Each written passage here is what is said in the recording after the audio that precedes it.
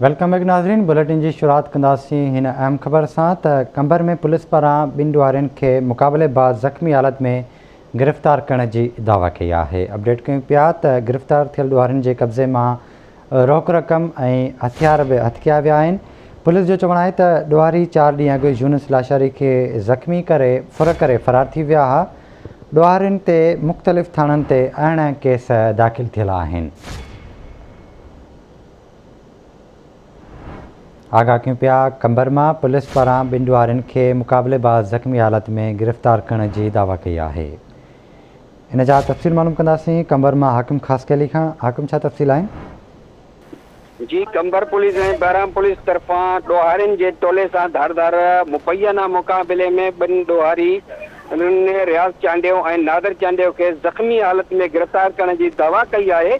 उन सिलसिले में एसएसपी सुमेर नूर चना जो चवणु आहे त कंबर शहर ॿाहिरां दोस्तली रोड ते खानवा लॻ कंबर पुलिस सां ॾोहारियुनि जे टोले सां मुक़ाबिलो थी पियो ऐं फायरिंग में हिकु ॾोहारी रियाज़ चांडियो खे ज़ख़्मी हालत में गिरफ़्तार करे वरितो आहे ऐं ॿियनि ॾोहारियुनि लाइ जेके आहे ज़िले जे मुख़्तलिफ़ रोडनि ते नाकाबंदी कई वई त साॻे ई टोले सां बहराम पुलिस जो जेको आहे त उहो बुठील जो लिंक रोड आहे उते मुक़ाबिलो थी पियो, जंहिंमें हिकु ॾोहारी जेको आहे उहो नादर चांडियो जेको आहे उहो ज़ख़्मी हालत में गिरफ़्तार कयो वियो आहे। जॾहिं त ॿ ॾोहारी फ़रार थी विया आहिनि। उन सिलसिले में एसएसपी कंबर सुमेर नूर चवणु आहे त गिरफ़्तार थियल ॾोहारियुनि मथां ज़िले जे मुख़्तलिफ़ थाणनि ते 18 खां वधीक फुरन ऐं धाड़नि जा केस दाख़िल थियल आहिनि। गिरफ़्तार थियल ॾोहारियुनि जे कब्ज़े मां जेको आहे त 1,50,000 रोक रक़म ऐं 2 पिस्टल जेके आहिनि त पिणु हथ कया आहिनि।